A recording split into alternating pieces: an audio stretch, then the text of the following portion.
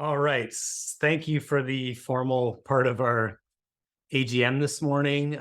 Really excited to be here. My name is Dennis Hancock. I am the president and CEO of Mountain Valley. And it's a real pleasure to host everyone today.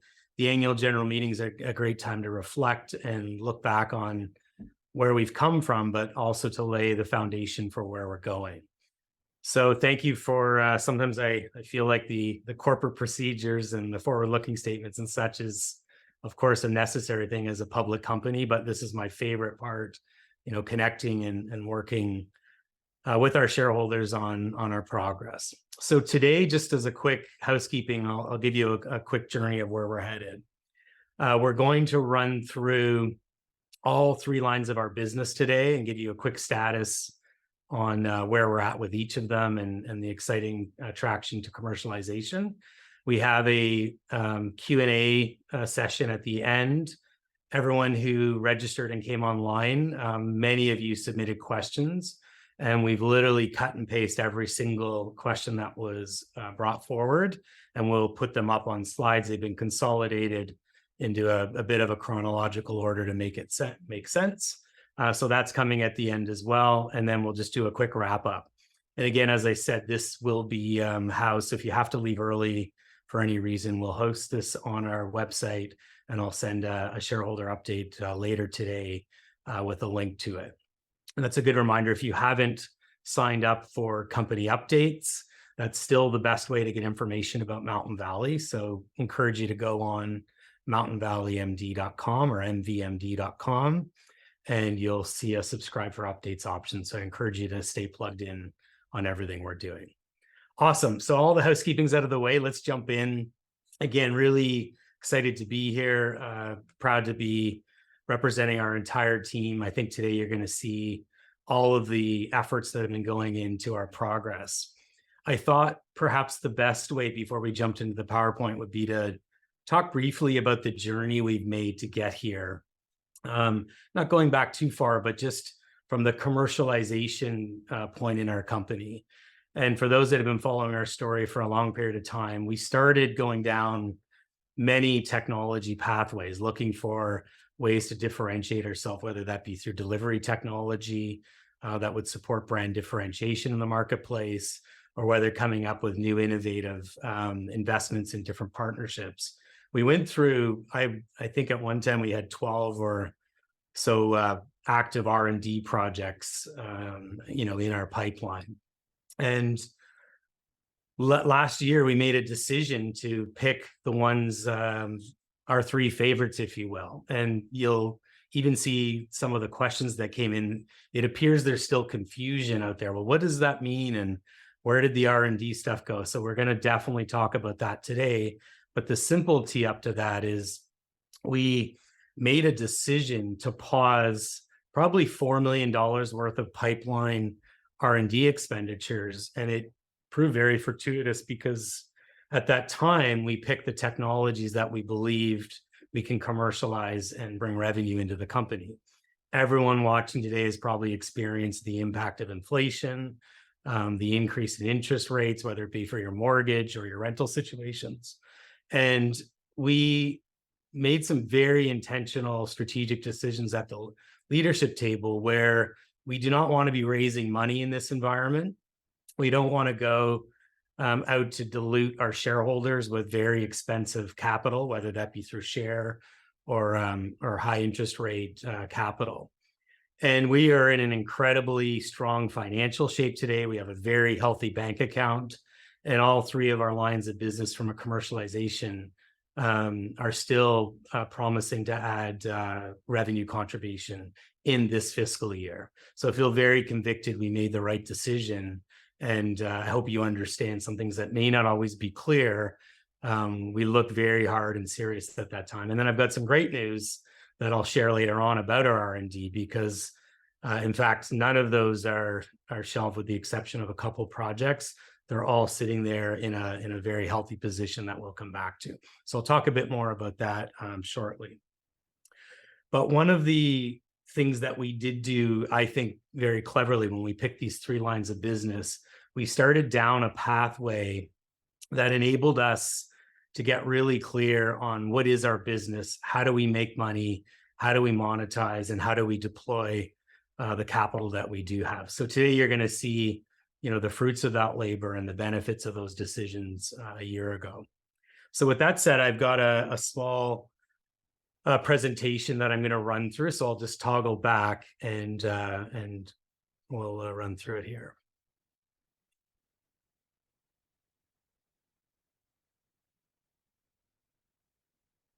So I wanted to start today with, this, what gets us out of bed? What's the touchstone inside of the company that we drive our mission against? And you may have seen us using this More Life, and I'm not sure how clear it's become to our shareholders in that, but More Life is really clever on many fronts. The first is our 3 lines of business.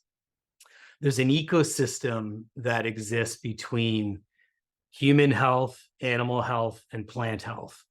And the idea for us of More Life, it's not just preventing death and dealing with disease at an end of life situation. It's about can we impact a food supply system that gives us the nourishment that we need to fuel our bodies? Can we tap into Earth's resources, to fuel that as well? And More Life is, hey, can we have a great night's sleep so you can get out of bed and tackle what your career demands the next day? It might be, do I have the energy to get to the gym? It might be, can I focus during this exam? And so a lot of our work in nutraceuticals, they're simple products that differentiate itself in the product, but with the desire to say, hey, can you get out of bed and be better than yesterday? And this philosophy for us, it allows us to vet the investments we make, the companies that pursue us for partnerships. Are we living at this higher purpose? And so I just thought that would be interesting. You're going to see in the next 24 hours, we're launching a website that mirrors some of the graphics you're seeing today, the crystallization of our line of business strategy. And I think you'll start to see, as we support our partners in the consumer space, that this More Life value proposition comes out in our technologies. So I'll give you a bit more context as we go through it. But again, the interdependency of these 3 lines of business, we have our nutraceutical, which is focused on human health, our animal husbandry business, which is how do we optimize the farm supply in the area of disease prevention for greater yields for livestock and farm fish. And then we have an agricultural line of business that we're going to talk about today called Agrarius. And this is a fascinating technology that I'm pretty excited to update us on. The way we make money across these 3 lines of business, the first, nutraceutical and animal husbandry lines of business, they're licensed opportunities. So we've taken our technologies and we've licensed them to third parties who are going forward and driving the business development efforts in the marketplace. And how they do that is through their own brands, through the competitive landscape, and differentiate their products, hopefully based on the strength of our technology. And the third line of business is a different one. So unlike the other 2 where we're making money through the efforts of our partners, we have direct control over the business development initiatives in the agricultural space. So I'm going to now go deep on each of the 3, and then we'll get into R&D, and then we'll open it up for the Q&A section coming up shortly. So nutraceuticals, I'm not sure if everyone's familiar with, what is a nutraceutical, but nutraceuticals are the unregulated, you have over-the-counter drugs like aspirin. We have prescription drugs that get prescribed by a doctor. Nutraceuticals are the health and wellness products. Again, they have regulation by the FDA, and they're a controlled statement claims and such, but they're generally the ones you can walk in, grab off the shelf, and make a decision on how it would impact your health and wellness. And we've done some really amazing work in this space based on our Quicksome technology.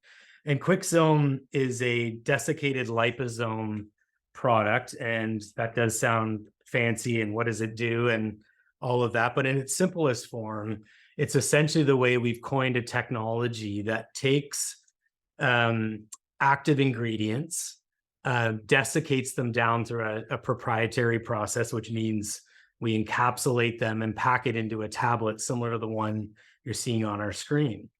And how that tablet's consumed is it's put in your mouth orally and it dissolves under your tongue.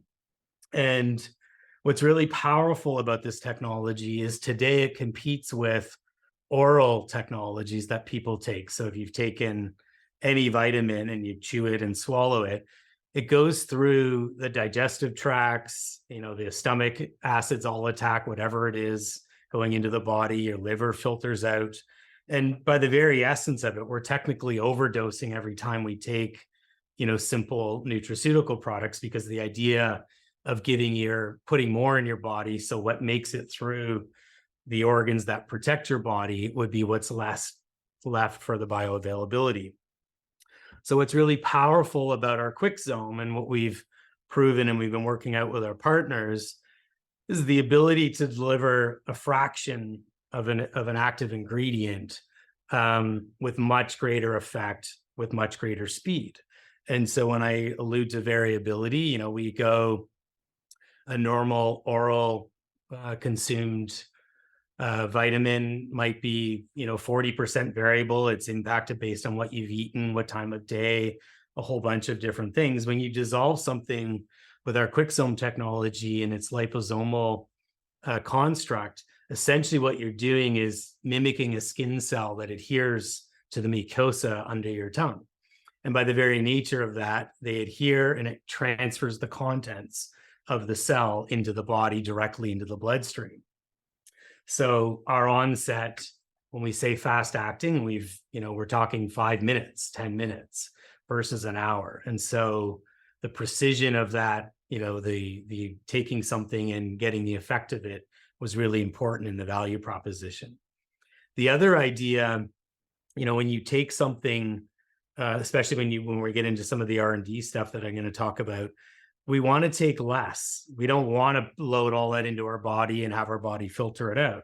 So as a very simple example, our sleep product that you'll see in a second that Eons is about to launch into the marketplace, it has it has 1.4 milligrams of melatonin as an example. It has a reishi mushroom, valerian root.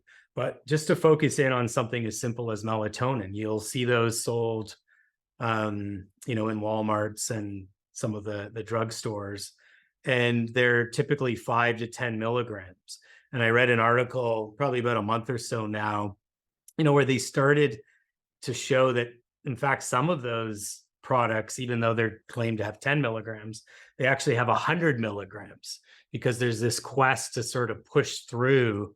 There's fake label claims. There's all sorts of companies doing fishy things in the space on this investigation.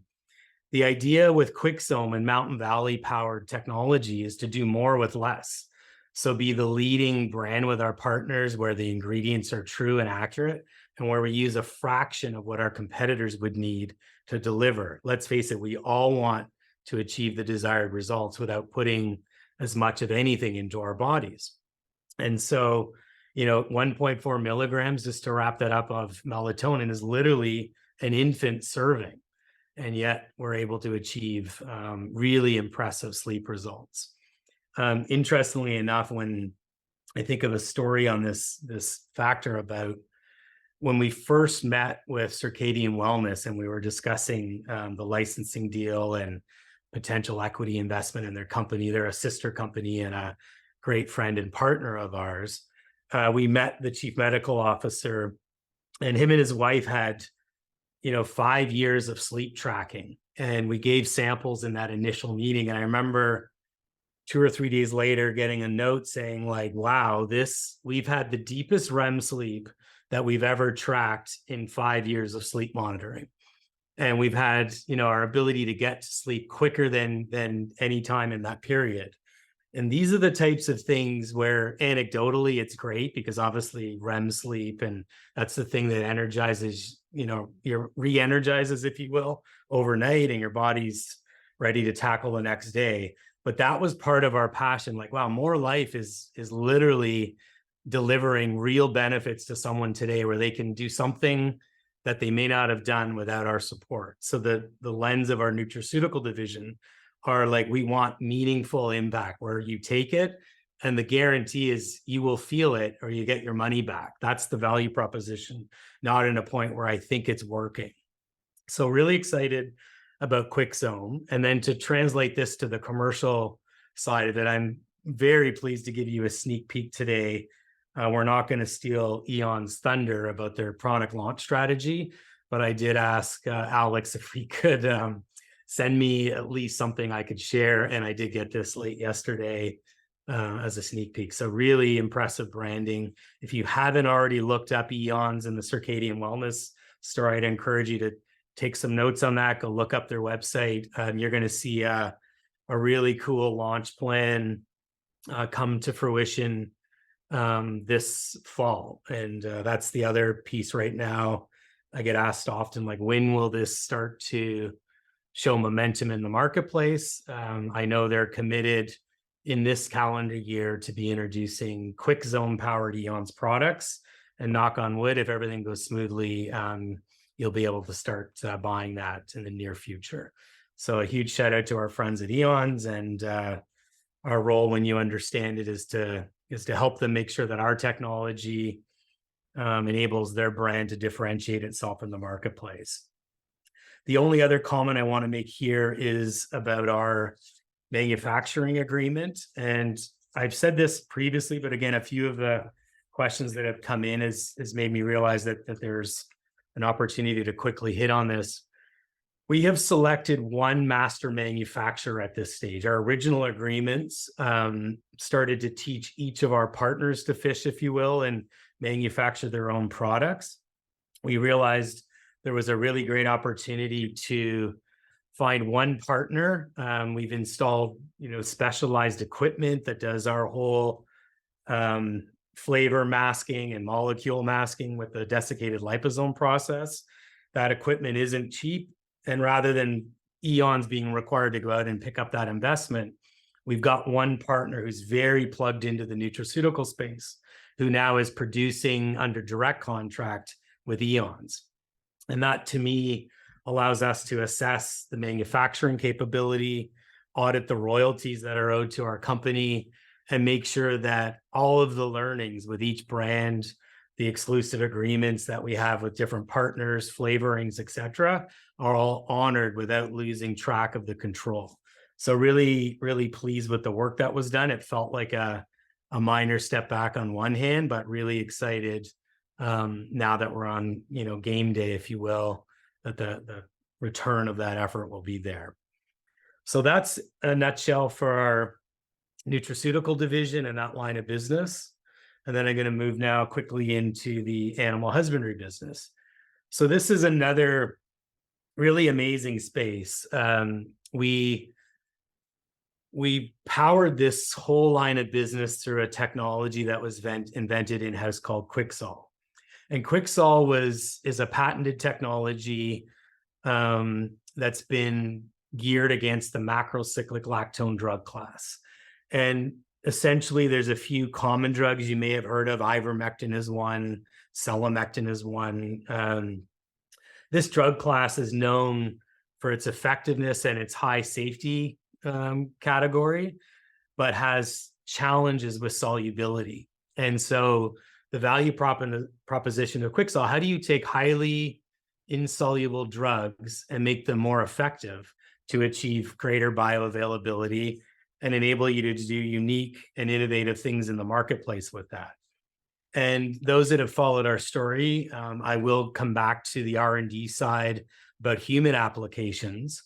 Human applications of this technology are very promising, very exciting, but also very expensive and very complicated.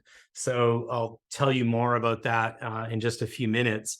But the focus of QuickSol in our animal husbandry is, how do you now take the benefits of that product? So when we applied it to ivermectin as one of the macrocyclic lactone drugs that we applied it to, we branded that Soluvac, a Soluvac 1% solution. And we've done several studies as we moved along across a variety of animal species and including farm fish. And we are now at a point where you would have heard we've licensed this technology fully to a partner here in Ontario who's representing all of our business interest in Bangladesh with their partnership there, including manufacturing and production. And why are they doing this? Why are they excited? Well, because of this slide. This slide is a little tip of the iceberg of the value proposition. So now you take a highly insoluble drug, we make it 2,500 times more soluble than generic ivermectin. That viscosity allows us to do very unique things in coating applications and food applications for animal, for livestock, and for farm fish. And it also gives us injectable options for parasitic outbreak and, you know, a whole category of animal health applications. And some of the things that, you know, I wouldn't put up a whole bunch of slides today or spend, you know, too much time on the depth, but if you can now introduce a world-class drug in a more solubilized format that can stay in the body longer at a higher incidence, it starts to open up that we can use less of a drug to make it more cost-effective. We can get a higher value of that drug circulating inside the body for you know, the breakdown of parasitic attacks and outbreaks. If you've been following even a year or so ago, the mink outbreaks where they literally have to destroy entire mink farms, Solu-Vec would be a solution that could be proposed for immediate shutdown of the viral outbreak. And then the ongoing animal health categories of food and such. Farm fish will likely be the very first product that's introduced in this calendar year. And then the injectable solutions will trail early into next quarter, as I've been advised by our partner. And that is really just a function of the manufacturing and its applicability. The base powder and the stability work that was done will cross both, you know, farm fish and the broader livestock category. But I'll tell you, I've been getting very excited with our partner as they've been continuing to share research about what they're doing. First of all, Bangladesh is, I think, third in the world for farm fish output. And farm fishing is over, you know, is a $300 billion marketplace. So, you know, and what happens in the farm fish in particular, and why this novel application is quite exciting, you can have parasitic outbreaks and see death rates of 50% or more. And so what we've seen in our initial trials in Bangladesh on this topic, they've been able to stop the parasitic outbreak, and they've also have healthy fish that have a feed conversion ratio of 16%. And so that, you know, these are powerful numbers that translate into a really high value proposition in that space. So again, just like Eons, you're going to see the work of that partnership. I do anticipate some press releases coming out on this as we link in their launch plans, and, you know, I think they've got some stuff lined up government wise and how they would plan on rolling that out. So stay tuned in this space. We're quite excited to continue to support our partner there. And again, to remind everyone, this is a licensed deal. They will be manufacturing the product in Bangladesh and distributing exclusively in Bangladesh. The only other question that I wanted to answer on this topic today was, well, what about some of the other markets? Like, where else are you guys going? And if you recall, I had shared in a press release that we had gone ahead with patent protection in 12 additional markets that I considered key for where we're headed with this. So obviously the United States was already our original application, but Canada, China, India, Mexico, Sri Lanka, Thailand, the Philippines, Malaysia, Brazil, Peru, Argentina, and Chile. And these markets, we don't know fully how they will be serviced. We're going to let this first production launch. And then there's two scenarios. We will start doing local trials with the production from Bangladesh, and they will have first right to service if they can do that competitively, some of our other markets. And if they can't do that competitively as our partner, we'll allow future partners to produce in their local markets.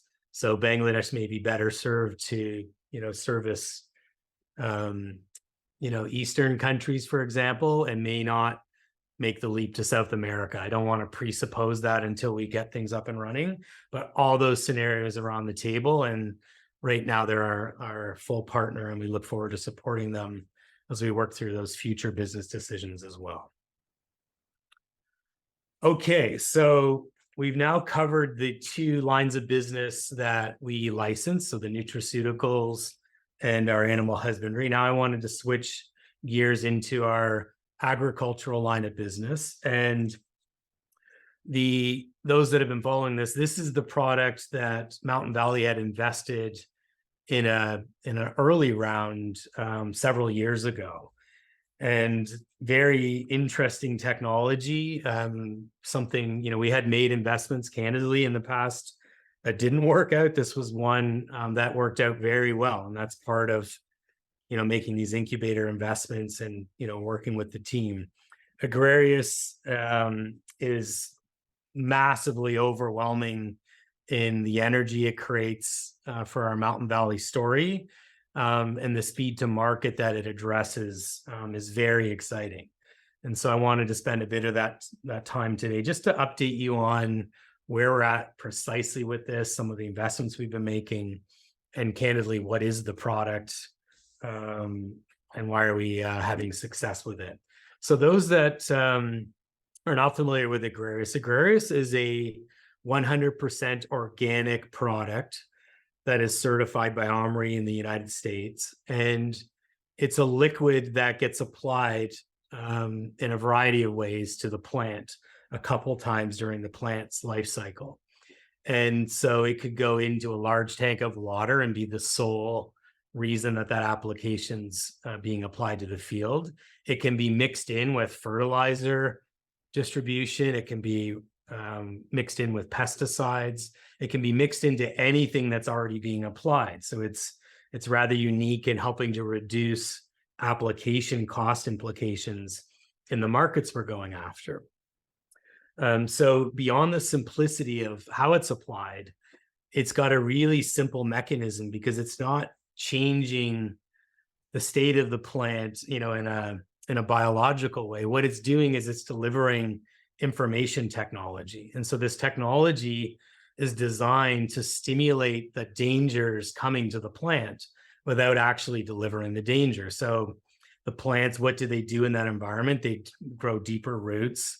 They open up the leaves for the photosynthesis to optimize, the environment. And we have seen, candidly, unprecedented results across 30 plus crop types. And the reason, this category is so big when you start to understand agriculture and where it's working.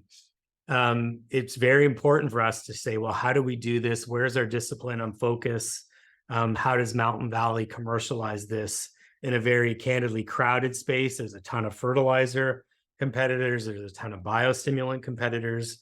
And so when we knew we had a home run on unprecedented impact on plants, the ability to reduce fertilizer, 100% organic, so it has a cycle across multiple farm applications, we started to look at, well, how do we sell this? Candidly, if we were starting an agricultural company from scratch to achieve what we need, you could easily say you need $100 million to start to go after this space. So we started what I believe to be a really clever strategy with Agrarius. We chose not to go out and sell it the way our competitors are selling it. We actually went and embraced really sophisticated integrated finders in each of the target markets in basically the entire LATAM region, which is Mexico, Central America, and South America. And we found key beachhead partners that have plugged us into the top agricultural players, candidly, in the world. And these are multi-billion-dollar organizations that are very sophisticated in their crop, the way they analyze, the way they understand yields, the precision, and their agronomy teams are candidly unmatched. And so we came in with a strategy that was, hey, listen, you might have 7 generations of farm experience, and we don't want you to change anything. Let's just go over here and carve out 20 hectares of this cornfield or this soy field and apply Agrarius at our expense. We'll give you a sample, and you'll work with our agronomy team, and we will, put our money where our mouth is on the success this will have, implementing this inside your organization. And for those that don't understand agronomist and that whole agronomy, I've learned a lot with our agricultural team in this space. There's a very sophisticated technology vetting that goes on these farms. And the agronomists are the educated, PhD people who understand plant health better than anyone on earth. And we have brought these players inside our team in Latin America to be able to speak the language, and also to be not in a sales role, but in a science-led role. When you have leading edge technology, we don't need to be selling it like some end cap at Home Depot. We need to be selling it by inspiring our partners to optimize what they're doing. So fast forward to the trials we're doing, we get this really amazing thing where, you're testing hectares beside hectares. This isn't in a greenhouse and then how does it apply? They can literally go out and apply it in a field side by side in their real world, in their climates, with their irrigation, with their rainfall, with their climate stresses. And why this has been, so incredibly timely for us as a company, and how this bet has matured into something, very significant. There's unprecedented climate change pressures on every farmer on earth. There's political pressure to reduce fertilizers and pesticides. There's climate changes that are candidly just real, with droughts and plant resiliency. And being in a space, even something as simple as urban sprawl, as we have these cities pushing out and taking over land, you start to realize now more than ever, our entire food supply relies on the health of farms. And that link to our whole life, more life vision is critical, that we have a strong animal husbandry business and we have a strong agricultural business for the future of Earth survival. So we've done, I think, incredible, way above our weight class kind of stuff through a very innovative sales strategy. And some of the questions that came in, obviously looking for an update. So I wanted to just quickly sort of show you where we're at with a few things that we're excited about. So we've got active trials now. And again, these aren't little deals. These are with the largest agricultural players in the regions across Brazil, Colombia, Costa Rica, Uruguay, Panama, Mexico. And we're organizing our business and the ramp up of our team development. So if you recall, at the start, I told you about a $4 million burn that was allocated to R&D. We've taken a fraction of that and started to apply it to building out a very sophisticated, talented group that's facilitating all of our financial, agronomy, business development, finder management, legal, you name it, what it takes to set up our business there at a fraction of the cost of what that labor cost us up here in North America. And so really, really proud about what we've built there and how we're hitting, again, way above our pay grade, because I think we're being very intelligent in how we're going to market. So that pipeline with these 30 plus trials, one of the questions, probably the number one question, if I sort through that, we'll get to in the Q&A just after the R&D section coming up, is like, well, give us the revenue forecast. And I can't give you that fully just as this stage of a company pre-revenue, but what I can absolutely share is the confidence of timing. And one of our number one business plan objectives this year, and my personal thing that I've been driving intensive-wise across the business is to commercialize all 3 lines of business in this fiscal year.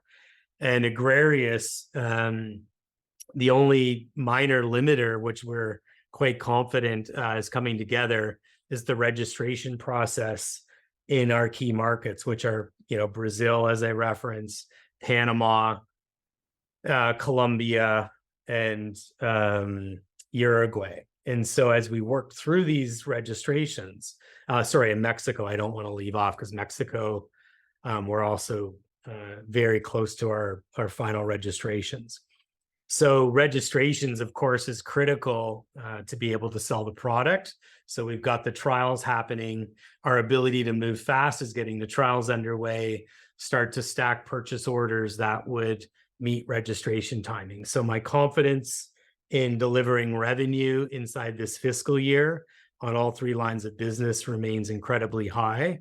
And at this point, again, knock on wood, there's nothing that we see that would prevent that optimism today. So again, hopefully you can feel the energy from that, the excitement of where we're headed, and our team is 100% focused on the commercialization and the return of revenues to that. So with that said, the last section that I wanted to cover is research and development before we jump into Q&A. So research and development, hopefully you heard me at the start of the meeting, we are not abandoning research and development. I think it's part of our DNA, and it forever will be. Even the quest for more life, not linked to how do we continue to look for innovation and change the rules on how things work. If you recall some of the big projects, and again, if you're new to our story, I'll take just a few minutes to sort of outline the projects that we were very excited about. And it was hard to pause things.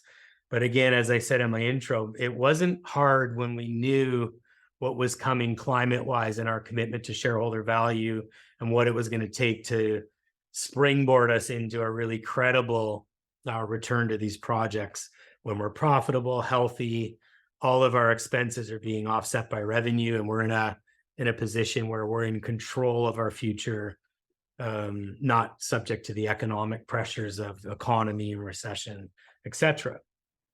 So one of my favorite projects that for sure is still in our pipeline and something that you'll see future updates on would be cold chain work.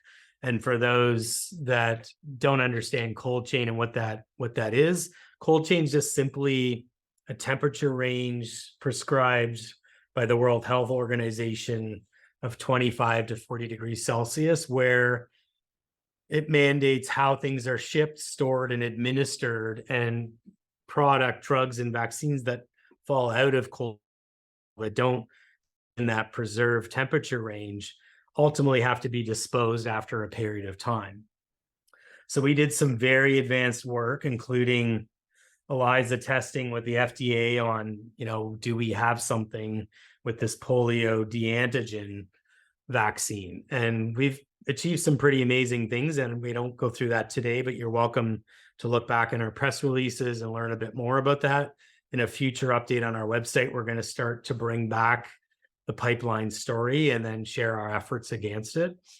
But really amazing. Imagine if we can take a vaccine that's very difficult to get distributed, particularly in third world countries where refrigeration and electricity infrastructure compromises the delivery of drugs and vaccines to those in need. We envision a world where, our technology enables that to reach the people that need it. So really exciting about that. The other pet project of our team here is needleless insulin.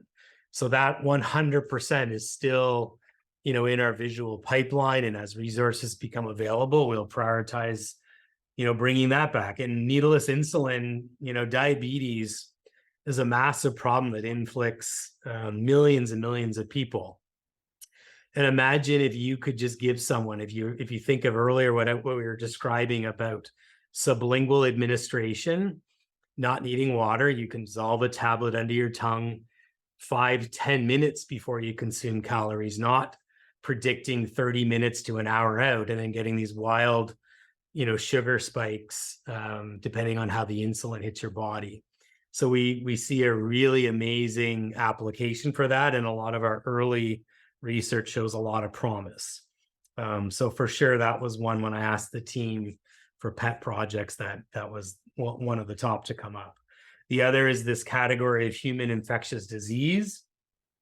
Again, COVID, tuberculosis, we've done some really cool human development pathway work. And for sure, those are in our pipeline. They have long cycles and they're expensive, but it's part of our pursuit of more life, and at the right funding level and the right commitment of resources, for sure, you'll hear more about that project. And perhaps the last one, well, maybe there's two more in this sense, because I would sort of expand our nutraceutical work.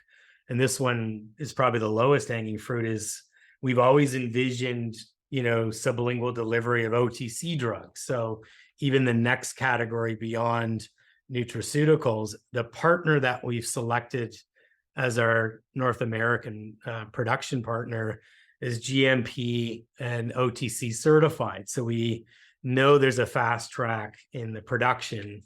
And when those partnerships become available, for sure our team will put energy and investment back into the R&D space for that. Again, imagine to deliver less, more effectively, more precisely, faster. Who wouldn't want that? And then the final area, we did quite a bit of work with solubilized ivermectin in exploring its impact in oncology and taking drugs and indications that could demonstrate anti-cancer effects in future potential oncology treatments. That one we are, of course, excited about. There's some incredible documentation on the effect of ivermectin, and the concept of solubilized, more bioavailable ivermectin in that category would be really meaningful work, again, back to our vision. So those would be, in my opinion, the 5 categories that would survive the R&D freeze. There was projects like the dose-sparing adjuvant. I still see that in the Q&A. We for sure won't be pursuing that. I'd say the results were mediocre relative to what it would take to prove it further from an investment. So we were already, even if money was no object, I think there's some better, more important projects. So that one for sure we're going to leave behind. But generally, the rest of our work is alive and well. But it's going to take, as I said, some future considerations once we get through this health phase of the company and our commercialization phase. So finally, the Q&A section. So if you recall, everyone that submitted a registration for this meeting, you were able to openly submit anything you like. So these are unfiltered, literally consolidated, cut and paste into a bit of a category. And I'm going to attempt to see what we've covered today and what we haven't covered. I'll make sure to give you a bit of punctuation where I can. So this first bucket here appears to be around commercialization and revenues. One of the questions, what do we expect this calendar year? I'm pretty convinced from what I've seen from our partners and our own work in Agrarius that this calendar year is very realistic for commercialization. Trailing revenues, would it hit this calendar year or in our fiscal year, which ends April 1st, I guess, which would be 1 quarter past the end of this calendar year? Yes, incredibly optimistic. Our team is working towards that. And I don't see any reason we would not have revenues at this thing, notwithstanding things that I haven't been exposed to yet. So feeling really confident. When do we expect to see the company return a profit? Sort of goes with that question. I believe we are within quarters of a full offset to profitability, meaning our expenses are offset by revenue. I do believe, and I'm still committed. In fact, I even have a personal objective with the board to get to that point in the foreseeable near future. So I can't give you the precise month, but I can say we're definitely aspiring to do that. Certainly by next year's AGM, there'll be a lot of clarity on that. What do our 5-year projections look like? That's a very difficult one. I think if things go very well, as we're anticipating, you're going to see a very fruitful, healthy, profitable business from the 3 lines of business I've articulated today, and the re-emergence, if you will, of some key R&D projects, which will start to give us different, injections of capital and partnerships, certainly within the 5-year time frame. This clinical trial one's an interesting one because I think we've answered that. The clinical trials are the ones we've actually moved forward on. The husbandry animals is established candidly from the clinical trials. So that one's full. All our human trials on the sublingual tablets and the work our formulators have been doing are all focused on revenue. So I would say now is the answer. Share price in the next 5 to 10 years. That's always a fun one. Of course, there's no CEO on earth in a publicly traded company that can honestly discuss share price. There's many variables we don't control. I think I can answer that by saying our commitment to shareholder value. I'm a shareholder. I had not sold one single share in the company. I've recently acquired another 1 million shares that was publicized. I'm committed to increasing our share price. And I think you could see hopefully today that we've got all of the reason to change how our business is valued and get into that true revenue run rates that I know can start to have a positive impact on the business and its valuation. For MVMD breaking into the US market, I actually see that this might be linked to the next one. I'm not sure the context, but breaking into the market will happen immediately because Eons is moving the product into the US market. So that would be the simple answer to that. If it's a link to the share, we're already on the OTC market. But I'll maybe answer that in the next one, which is what is the go forward strategy for the uplisting? I have talked many times historically. In fact, we were quite far along candidly at one point with TSX Venture.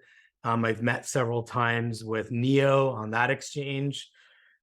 We've even explored early legal and analyst uplisting strategies for NASDAQ, New York Stock Exchange. All of that has been worked on, and all of that has been paused because we realized the story and excitement for all of that really should be putting our money where our mouth is, and what I'm articulating today is exactly that strategy. We have revenues coming. We have commercialization coming.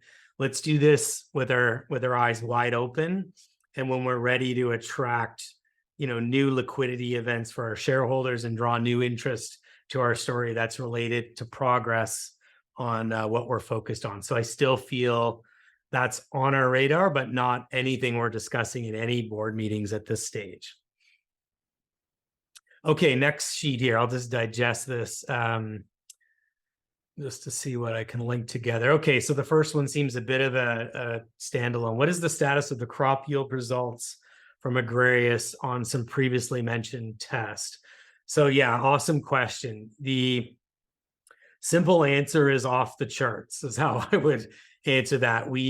You're going to see these case studies come to life on our new website.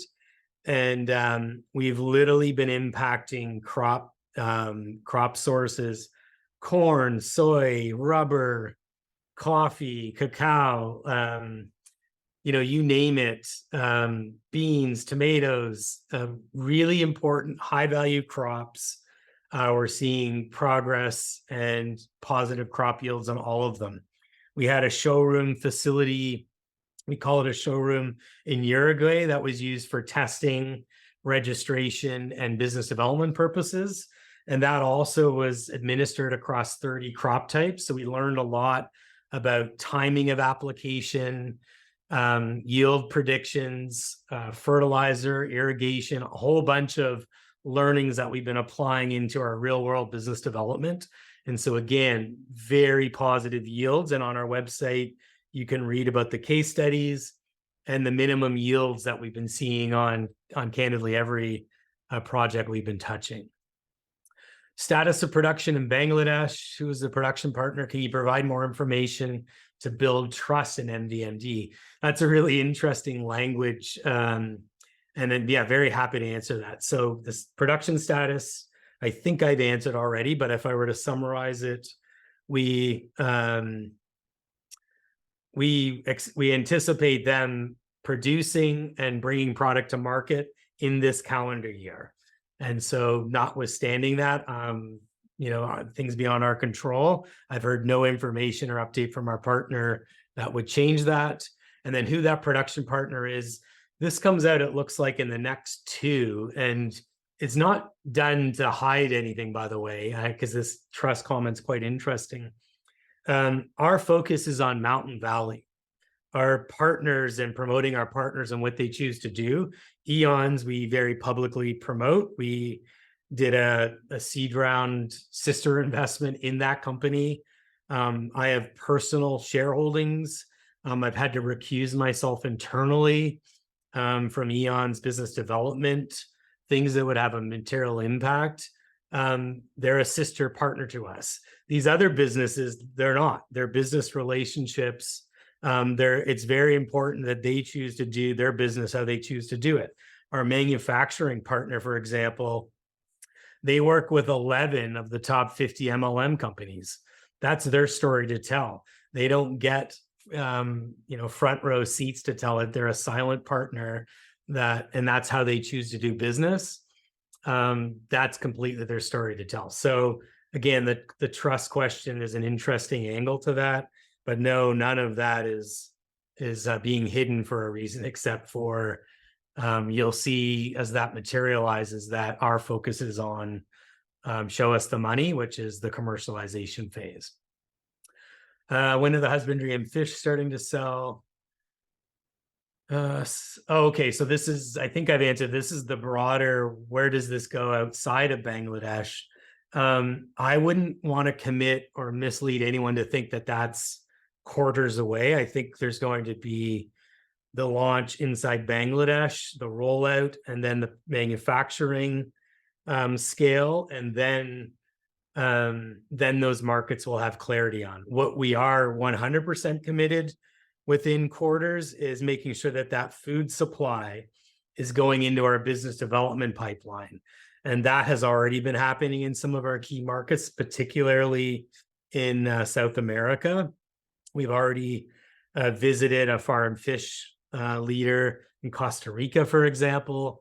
They're anxious to get the GMP produced scaled fish feed product. That's all going to take time, but we're very aware of that process, the registration steps, and we'll share information as it becomes known and material. Okay, what do you have to say to your shareholders about the lanes you've dropped? This is, interesting language again. Hopefully you just heard in the R&D phase. What I have to say to shareholders is we have hit it out of the park with our intuition on what's going to happen economically. There's zero doubt if we're not in a recession now, we're going into one. The cost of borrowing money is incredibly expensive, and Mountain Valley has no need to dilute our business further for share exchange, and no need to borrow money in an expensive capacity right now. And we have not dropped everything. We've suspended everything that I just went through. And I do get the subtlety, but I can tell you there's a lot of passion and a lot of interest in the science and innovation. But right now, our entire team is focused on delivering near-term shareholder value with revenues and commercialization. Is there any uptake interest by the pharmas to start using the tech for future vaccines? So we had This is a great question. We've previously disclosed we've been in conversation with two separate pharmaceutical companies at that time in the context of that exact conversation, that question. Those have been fully suspended, as you would expect. We're not having any contact, any meetings. You don't get to pause the R&D and continue that in any credible way in the pharmaceutical lane, nor did we anticipate to. So there's zero conversations right now. Of course, when we reinvigorate any of those lanes, they would be part of our strategy at that time. Where are we at with the FDA and cold chain? I think I've answered that. That's for sure a pause with future R&D. The FDA work and the ELISA testing is completed, and quite successfully, as we've previously communicated. So there's passion there. The FDA, interestingly enough, the FDA is at a perfect point. We've paid money to Camargo. If you recall, that was a partner that we've selected and advanced all of our current indications. So it's not for Solu-Vec, to be clear. It's for current indications of solubilized ivermectin. I suppose it is. It's just not our branded name at this point, because we're not at that stage with them. But we're going after current indications with the FDA. We're not opening new treatment categories. But that has been paused at a perfect point, and none of that investment's lost. We literally would pick that back up and present trial research data that they're waiting on. Adjuvant trials fully canceled. No interest in exploring that further.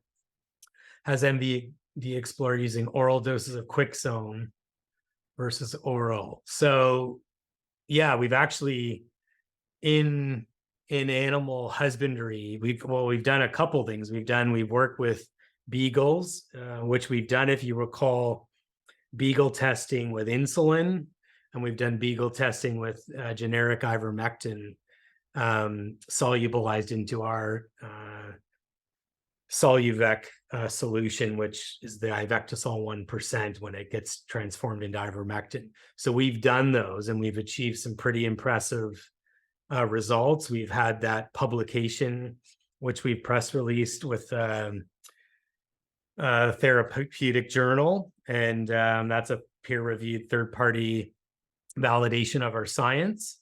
And so I'd encourage you to go and research that. But yeah, we absolutely have pursued the oral doses and have achieved some interesting things in that category. Okay, this is the last slide, and then I'm gonna wrap up. I'll come back on camera and wrap this up. But why a new CFO? Yeah, this is a great question. So perhaps on that Brazil slide, when I started to show LATAM, our work in the US, South America, Central America, our business is getting incredibly more sophisticated in its commercialization. So, Aaron, our previous CFO, was a fantastic leader inside the business. I considered him, an integral part of our leadership team. But the business is evolving. And if you haven't heard me today, these 3 lines of business and our plans for commercialization and revenue, we're getting into complex international tax law. We're setting up, we've already set up, as I've just disclosed in the MD&A, subsidiaries inside of Panama that have unique tax strategies. We have distribution logistics that have to be navigated. We have financial controls that a publicly traded company, and legal disclosures and coordinating. So as we move into game day, we've added, game day skill and experience to our leadership team. And that's very natural for a startup business to do so. And that's why we have a new CFO. And likewise, when we, allude to the talent and the infrastructure investment across LATAM, our partners need to be managed by world-class team members. And so, of course, we're making those investments across the business. Why has the company not done interviews? I know things move slowly. Yeah, so these are great. I do actually get that personal question even from, personal friends like, hey, where are we at with things? Let's keep the news flow higher. I guess my simple answer is loud and clear. We will make a better effort to communicate more. And I think we're poised to have a lot more exciting information in the coming quarters, like commercialization is real, and here's product that's in the marketplace, here's customer feedback, revenues. Like, I think we're going to switch to a pretty exciting time for the business, and then storytelling again about our R&D aspirations. I think you're going to see a lot of that.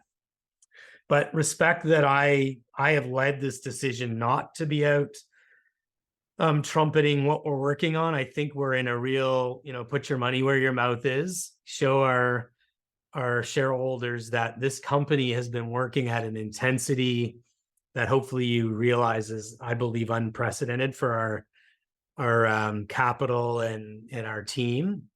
And I'm way more excited to show you the reality of it and talk about what we accomplish, not tell you exactly what we will accomplish. So I've owned that decision. You will definitely see more of me, and not just me. I'd love to start, showcasing our entire team, and you can start to see, some of the talent that we've invested in. And it's really interesting. It's actually how I want to end today. There was something that evolved this week that I think is a great punctuation on that. And it's in as a great summary of like what's Dennis's role and our leadership team. And Jeff, one of our co-founders of Mountain Valley, and who I consider my lead right-hand partner, he did something really, really amazing this week. And Jeff, by the way, has been driving a lot of our LATAM business development and leading a pretty talented team on all of our Agrarius initiatives. And he did something I thought was really powerful.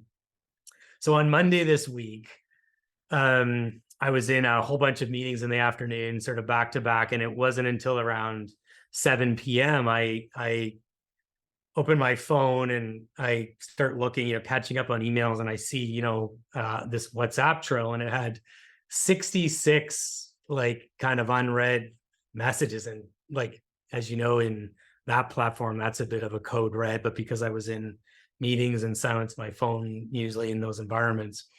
And it was, long story short, is Jeff had started a trail in that afternoon.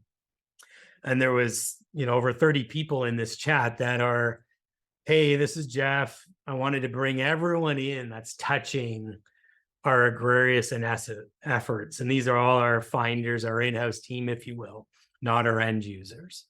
And, he said, I want to use this forum to share videos and images. And everyone start off by, naming your name, which country you're looking after, what progress have you made. And it was so overwhelming. So I had missed a couple hours of conversation. So I just started reading it like a novel, and, even hearing how Jeff articulated his leadership to the team, and then each of the players. And I'm Felipe from Brazil, and Constantino, I'm driving Mexico, and this. And then one of his team members came on, oh, I'm driving the Sinaloa region, and here's pictures of a trial. And anyways, it goes on and on and on across all the countries from Uruguay to Costa Rica and all the ones that I named. And I had goosebumps. I literally had goosebumps. I was so overwhelmed by like, man, we are opening up. This technology is affording this kind of energy. And again, I can't wait to share, the conversion of trials into sales. I know that's what will be the most exciting, but you'll start to see a lot of the images and stuff coming out of this. But it also gave me a chance to weigh in with this group. And my response was, as you might expect, I was like, wow, I'm just overwhelmed. And I've never felt more proud to lead a group and lead such a diverse team like this, a rich tapestry, as I said, of culture and expertise that when it comes together, I think we're unstoppable. And anyways, my build to that comment was, hey, listen, my job as half of my time is spent on just running a publicly traded company, which candidly is incredibly boring. But my only job that matters to this group is that I make sure you have the tools to do your job, and that, and promote your success. And then my second and most important is that I take any barriers that would limit your ability to be successful. And reminding that group that my door is open. You can message me any time of the day and I'm here for you. And if there's a problem and the reason we're not doing something at the top of our game, that's my only job, is to go out and solve that. And so I think it's a very fitting way to end today's meeting.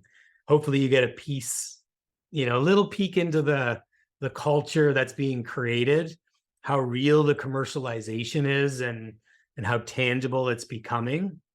And the fact that we can build a global digital culture, something I'm very proud of. We have a small formulation lab here, just a handful of people coming in daily driving formulation work, but we're not doing that from here. We're doing, where our clients need us, where our customers are, and to create and see that culture, globally coming to life digitally. Again, I was just so proud of it.